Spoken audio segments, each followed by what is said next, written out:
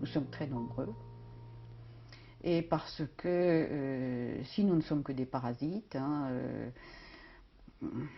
retirer chacun dans son coin, essayer d'avoir le plus d'avantages possible et ce qu'on nous fournisse le guignol, les loisirs et les médicaments, la société est foutue, elle va être écrasée par cette génération, c'est une horreur.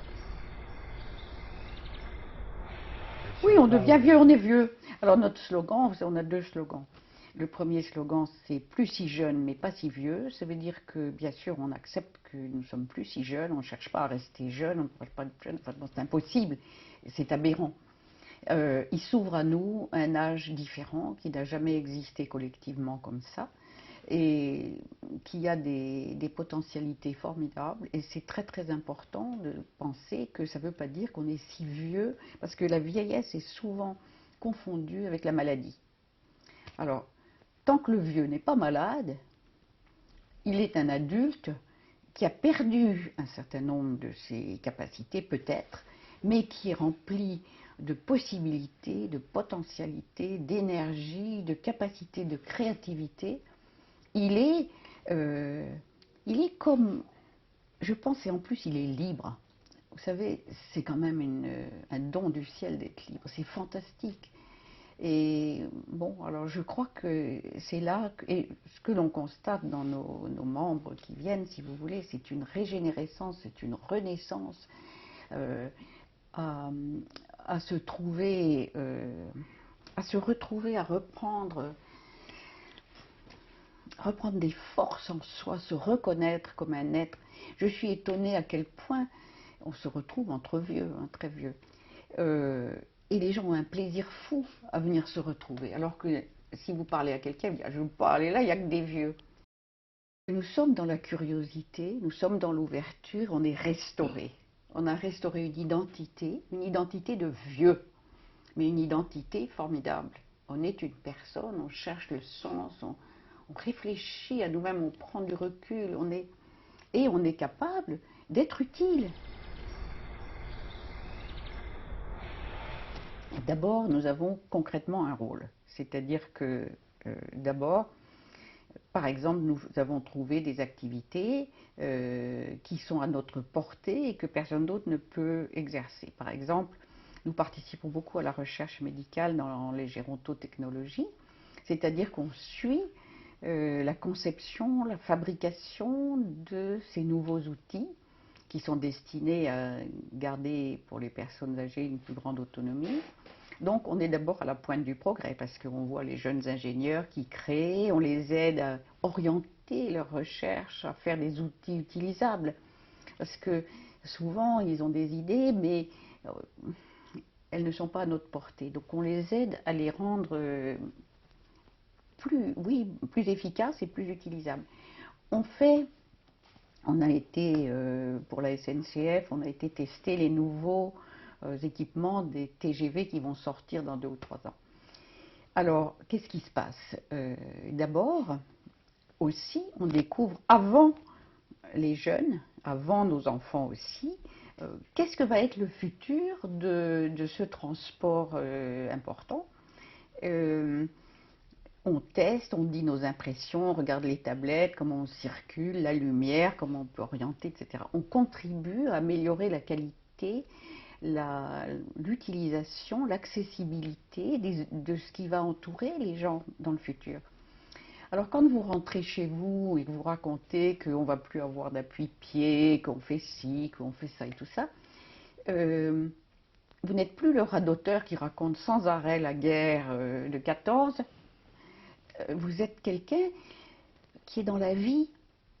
On fait des diagnostics d'accessibilité, par exemple, dans les gares. On a fait une visite très approfondie. Alors, ça nous donne l'occasion de faire un rapport, d'observer finement, de trouver quelques idées à proposer, simples, pour faciliter la vie de tous les gens qui ont des petits handicaps.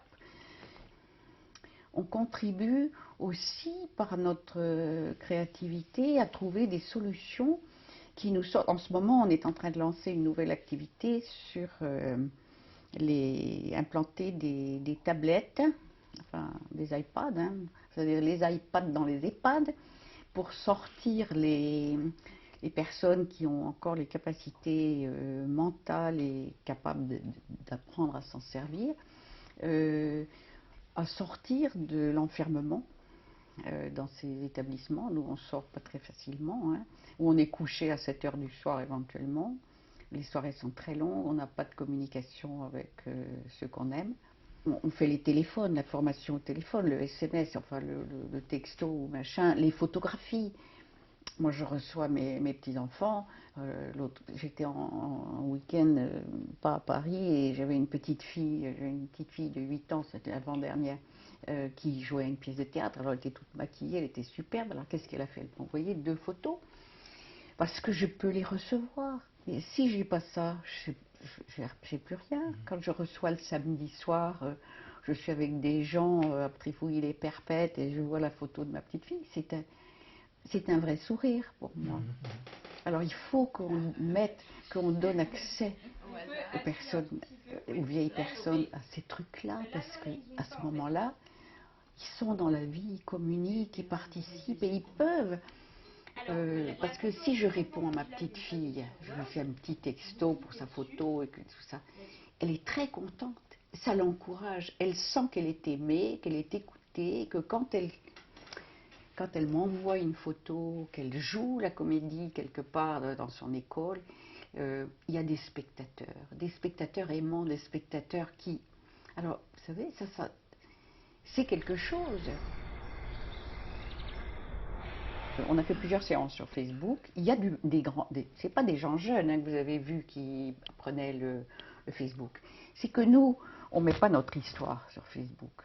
Mais on suit ce que font nos petits, en particulier les petits-enfants. Nos enfants ne sont pas des adeptes terribles, mais nos petits-enfants, oui, c'est un moyen de vivre avec. Ils vont pas s'amuser à m'écrire des lettres hein, maintenant. Et moi non plus, je leur envoie pas de courrier, ça sert à rien.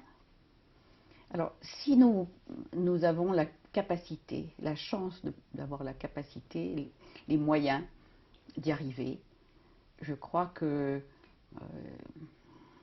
on n'est plus délaissé, isolé. Il ne faut pas qu'on se mette sur le bord de la route, il faut vraiment s'encourager. Je crois que l'association a ce rôle de mettre ensemble des gens qui s'encouragent mutuellement à faire le chemin, parce qu'on rigole de nos conneries, hein, on fait des bêtises, on est incapable de faire des trucs, moi je ne retrouve pas, j'ai appris ça, mais j'ai oublié ou je l'ai mis, je ne sais plus comment faire. On redevient vivant, et on est moins pesant aussi, pour tous. Hein. La meilleure prévention, c'est justement d'accompagner la recherche de cette génération pour trouver sa juste place, pour trouver son rôle, pour trouver sa fonction et lui donner la chance d'être active et participante jusqu'au moment où elle n'en est plus capable parce qu'elle est atteinte par une maladie. C'est-à-dire que moi, je n'aime pas le terme de dépendance. Je le rejetterais si je le pouvais pour le remplacer par maladie. Parce que c'est ça qui rend dépendant, c'est les maladies graves. Et c'est beaucoup plus humain et acceptable de dire que dans le cadre du vieillissement, il peut arriver plus fréquemment que plus jeune, Dieu merci, que l'on soit atteint par des maladies qui sont graves, vraiment graves, et qui nécessitent qu'on s'occupe des gens car eux-mêmes ne sont plus en état. Mais quand vous avez une maladie grave, quel que soit votre âge, vous avez besoin des autres. Quand on reste dans la vie, on a de l'appétit, on n'est pas dans la dépression, on est dans quelque chose qui vous porte. Alors même si on a un peu mal aux genoux, ben, si on a envie d'aller voir quelque chose qui vous passionne, on va moins penser à son mal de genoux et on va y aller. Alors ça va aussi guérir quelque chose. Vous savez, tout le monde le sait, la qualité de l'appétit de vie, ça change beaucoup la santé des gens. Hein. Ça change beaucoup la santé des gens. Alors, c'est ça qu'il faudrait essayer de stimuler, de donner l'occasion, enfin, de créer un climat propice. Il faut créer un climat propice. Alors, une fois qu'on est malade, il faut absolument essayer de donner aux gens un maximum de qualité, de confort, hein, et d'attention. Ça, je suis parfaitement d'accord avec ça. Mais qu'on arrête de penser que c'est le synonyme de vieux. Moi, quand je me réveille, effectivement, je souris si je vois le beau temps. Alors, celui qui se réveille et qui se dit aujourd'hui, je vais faire telle chose qui est très amusante. On a répondu à des... C'est très amusant. On nous a proposé un casting. Une dame qu'on nous a recommandée, qui faisait des castings, nous a dit on cherche des vieux pour faire un casting. Je dis bon, ben venez, et puis vous verrez les gens, vous proposerez. Elle proposait 300 € par jour, machin. Beaucoup de gens se sont présentés, alors elle a pris les gens, a pris une photo de chaque personne qui voulait venir, son téléphone, son truc, et puis ils en ont sélectionné 5 qu'ils ont pris, et en particulier un monsieur, ils ont pris un monsieur, ils l'ont gardé 3 ou 4 jours, hein, et ça, il a explosé à l'écran, il était formidable. Tous ces 5 personnages, ils étaient fous de joie. Ils n'avaient jamais tourné de film, ils n'avaient jamais été dans un machin pour organiser, pour faire, je sais pas, des prises de vue et tout ça.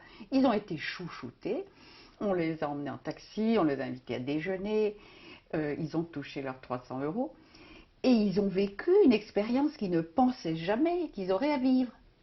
C'était des gens de 80, ils ont choisi des gens franchement âgés, au-dessus de 85. Hein. Ils ont vécu une expérience, ça les a beaucoup amusés. Alors quand ils viennent chez nous, ils savent que tout peut arriver. On va vous proposer des trucs inédits dans votre vie que vous pourrez faire et alors en faire profiter. Alors inutile de vous dire que ces gens-là, quand ils parlent de ça dans leur famille, à leurs petits-enfants, tu sais, mais le film, on va le voir, etc. Et ils se sont amusés, je veux dire, la vie, ils avaient envie d'y aller. Le but fondamental est de réveiller. C'est vraiment d'essayer d'avoir constamment une idée pour désenclaver, c'est comme une prison, hein, quand on est seul chez soi ou seul au milieu d'une communauté dans laquelle on communique avec personne, qu'avec l'aide-soignante qui vient faire la toilette, mais avec qui vous n'avez pas de rapport. C'est vraiment une cata.